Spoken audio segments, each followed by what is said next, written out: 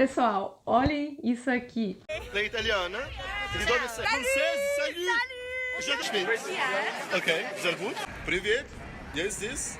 Aus Österreich. Hallo. Een beetje in E hoje estou recebendo aqui no canal um convidado muito especial, direto do Canadá. É um brasileiro, Gabriel, que fala 10 idiomas. Mais 10 e mais 10. Fala 30 idiomas ou mais. Que provavelmente até ele perdeu a conta. Ele tem um canal no YouTube muito famoso que provavelmente vocês devem conhecer. Mas caso haja alguém que não conheça, que acho muito difícil, eu vou deixar um link aqui embaixo.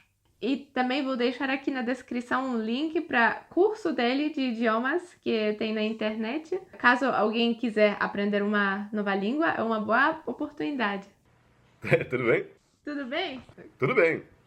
Quais línguas você fala? Então, os idiomas que eu falo, assim, num nível de bom de conversação, ou eu diria até um nível de fluência conversacional, são os seguintes. Eu falo bem, logicamente, o português. O inglês eu falo, na realidade, melhor que o português, devido ao fato de eu ter feito a universidade aqui em Vancouver, e eu me dediquei muito ao idioma inglês, então, geralmente, por exemplo, eu consigo escrever muito melhor em inglês do que em português, e daí também aprendi o espanhol, francês, alemão, holandês, russo, chinês, catalão, africano e italiano. Esses são os meus melhores idiomas. E daí também, logicamente, falo um pouco de vários outros idiomas eslávicos. Consigo ter uma conversinha, pelo menos, em croata, ucraniano, tcheco, eslovaco. Polonês eu estou aprendendo, gosto bastante do idioma. Não é fácil, mas é um idioma muito legal. Daí eu tenho vários outros idiomas que eu falo um pouquinho. Por exemplo, turco, grego, japonês, um básico de coreano, entre outros. Nossa, isso é muito impressionante. Eu fiquei pensando, como é na sua cabeça? Você não confunde as línguas às vezes, as palavras, quando você fala? Eu confundo, sim, e misturo coisas com frequência, para falar a verdade. Mas o interessante também é que, por exemplo, quando eu estava aprendendo italiano, algo bem interessante aconteceu, porque eu confundia bastante italiano com espanhol. Então, muitas vezes eu estava falando italiano e eu me enrolava e mandava ver uma palavra que era do espanhol, ou vice-versa. Mas quando eu cheguei em um certo nível no italiano, eu diria aí um nível B2, que é mais ou menos um intermediário alto, daí eu parei. O engraçado é que eu acho que o cérebro compartimentaliza quando você chega em certo nível. Logicamente que uma vez ou outra eu ainda confundo alguma coisa, às vezes entre espanhol e italiano, ou mesmo entre português e espanhol. Sim. Mas, é verdade, eu também acho que isso tem muito a ver com nível, né? Quando a gente chega em uma certa fluência, aí que melhora nessa parte. E como é na passagem entre as línguas para você? Você troca sem problema de uma língua para outra? Sim, geralmente sim. Eu acho engraçado porque muitas vezes isso é algo que espanta as pessoas, porque muitas vezes assim, eu adoro conversar. Eu acho que vem pela prática, porque aqui em Vancouver, ou às vezes eu conheço um grupo internacional, porque tem muitos alunos que vêm para Vancouver que estão aprendendo inglês e tudo mais. Às vezes tem um japonês, alemão, um francês, alguém que fala espanhol, e eu gosto de mudar de idioma de um para o outro rapidamente, e todo mundo fala, nossa, como que você faz isso? Como você faz isso? E é pela prática, realmente, que eu acho algo engraçado. Mas para ter uma boa conversa, geralmente, logicamente, eu tenho que adaptar o cérebro, demora um pouco, assim. E eu vou usar como exemplo o fato de, quando eu estava na Alemanha, na casa da minha ex-namorada, eu acordava e eu ia, geralmente, eu tinha o café da manhã com a família dela. E geralmente eu demorava, assim, uns 10 a 15 minutos para realmente me adaptar ao alemão, naquela época. Então, nos primeiros 10 ou 15 minutos do dia ali na mesa de café da manhã, eu apanhava. Mas daí eu me adaptava. Olha, eu quis ainda te perguntar o que te motivou para aprender todas as línguas? Bom, então, eu sempre fui uma pessoa muito curiosa. Desde criança eu era um moleque muito curioso. Aos 6 anos de idade, eu fui com a minha família para Orlando, na Flórida. para o Disney World. E também nós fomos depois a Nova York e a Miami também, eu acho. E foi a minha primeira exposição, realmente, ao inglês falado. E eu ainda lembro do meu sentimento na época de eu realmente não gostava do fato de não poder falar inglês. Eu me senti tão mal, assim, tão chateado, que eu pensei, não, aos 6 anos de idade eu me lembro disso, eu lembro, eu tenho que aprender esse idioma e falar bem, porque eu não conseguia nem me comunicar com as crianças. Eu sabia umas 3 palavras, eu sabia hi, dog e Sim. bye, talvez. Nossa, sabe o que é? Isso que você disse, que bacana, porque eu lembrei agora, foi também uma frustração de infância que me levou a essa paixão para línguas agora. Muito bom, que Sim. engraçado. Sim, que eu recebi uma carta da minha irmã em inglês e eu não entendi nada, era para meu aniversário. Eu perguntei para ela o que isso significa, ela falou, não vou te dizer, um dia você vai conseguir você mesma entender o que está escrito, sabe? Eu lembrei agora. E aos 22 anos de idade, não, 23 anos de idade, eu tive uma segunda frustração grande também. Eu fui para Paris com meu pai e eu achava que falava um pouquinho de francês. Mas eu estava errado. Eu falava muito, muito, muito mal francês. Eu me senti um banana, basicamente, por estar ali em Paris e pelo fato também de eu conseguir a cidadania canadense em 2008. E foi em 2007 que eu fui para Paris. Eu pensei, poxa, francês é o segundo idioma do país no qual, né, quer dizer, do meu novo país, e eu nem consigo ter uma conversa em francês. Apanhei que nem louco em Paris e decidi, não, eu tenho que aprender o francês. Então foi uma grande frustração também ao viajar e não poder me comunicar em francês. Nossa, muitos falam que francês é uma língua bem difícil. Como foi para você com francês e como foi para aprender a primeira língua? O meu primeiro idioma fora o português foi realmente o inglês. E eu fiz um curso de 6 anos numa das melhores escolas da minha região. Um curso relativamente caro, meu pai pagou. E eu era bom aluno. E fiz. E ao terminar, eu pensei, ok, agora eu devo ser fluente, né? Já terminei o curso, já devo estar espetacular no inglês. Mas daí, então, eu vim para o Canadá e demorei para chegar a uma fluência conversacional. Eu apanhei muito no início, eu tinha muito problema com compreensão durante conversa. Eu realmente tinha que me concentrar bastante, tinha muita palavra que eu perdi. E eu tive uma namorada minha na época, uma ex-namorada, me ajudou bastante, porque ela era bem paciente. E eu também tinha um melhor amigo na época que foi um cara muito bacana, que um dos amigos dele era surdo, e então ele geralmente se comunicava bem claramente. E isso me ajudou bastante na compreensão do inglês. Então eu demorei cerca de uns 8, 9 anos para chegar realmente a uma fluência boa no inglês. Eu aprendi francês e alemão. Eu me dedicava, às vezes, por exemplo, por um mês mais a um dos idiomas, vamos dizer, francês, e um pouco menos ao alemão. E daí no próximo mês um pouco mais ao alemão e menos ao francês.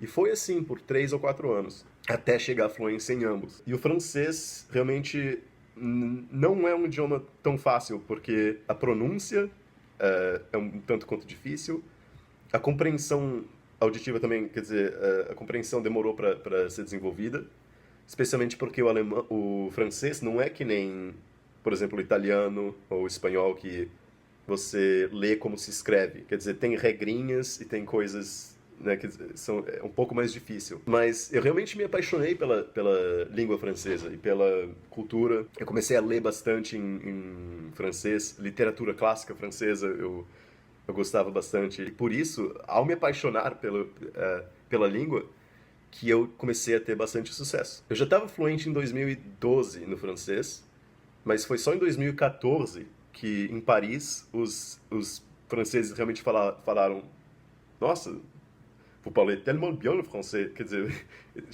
demorou bastante para chegar a um nível no qual os parisienses decidiram falar em francês comigo, porque realmente eles não têm tanta paciência com um turista. Como foi com você? Você acha que com o tempo foi cada vez mais fácil aprender a próxima língua ou foi diferente? Com certeza, absoluta.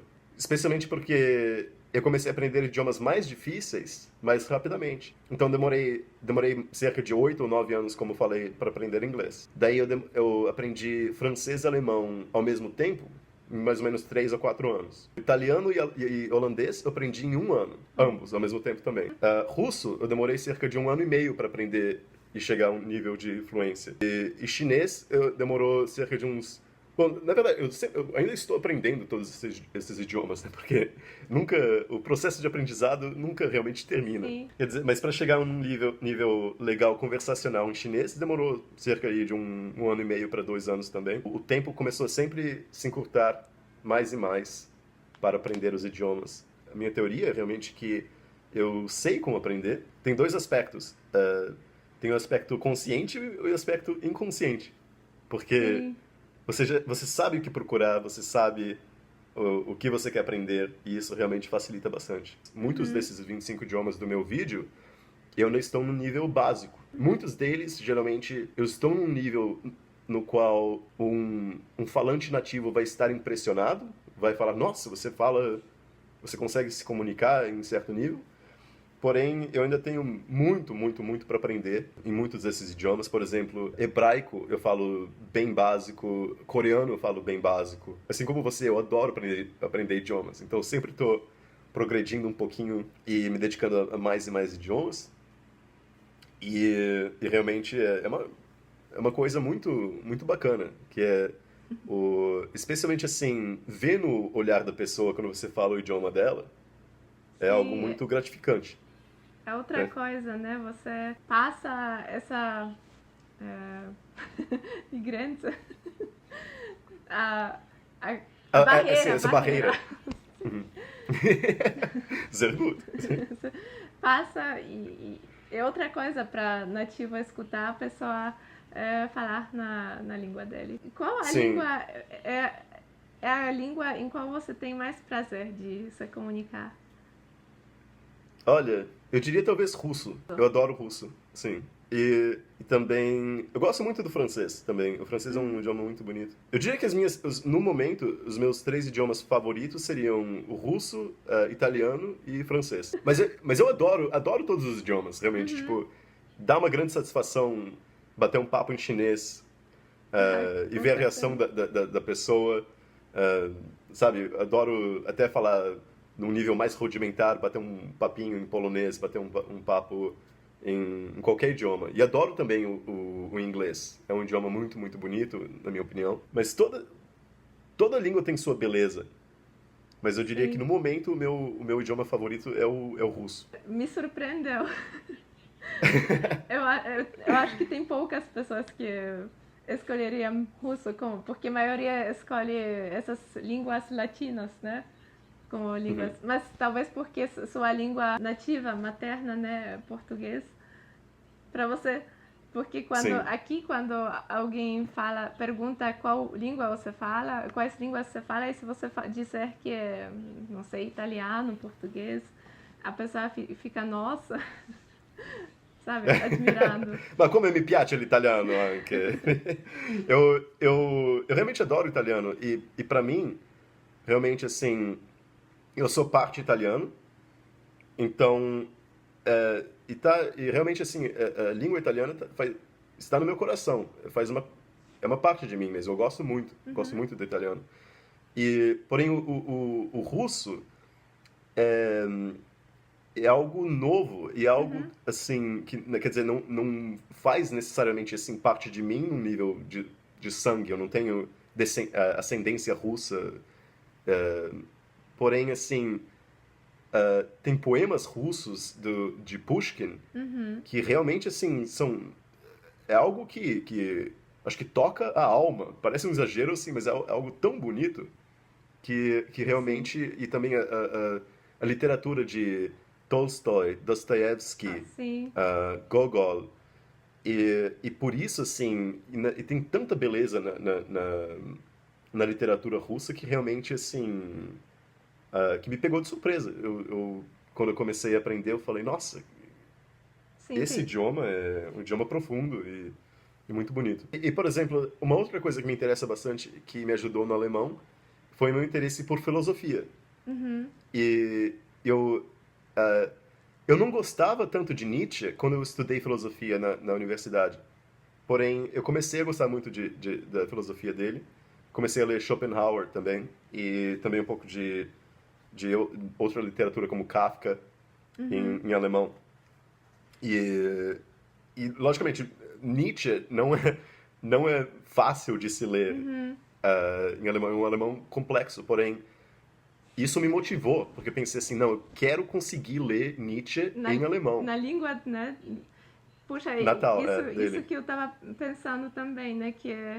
Faz muita diferença ler uma coisa de algum autor na língua dele. É outro nível de compreensão também da coisa, né?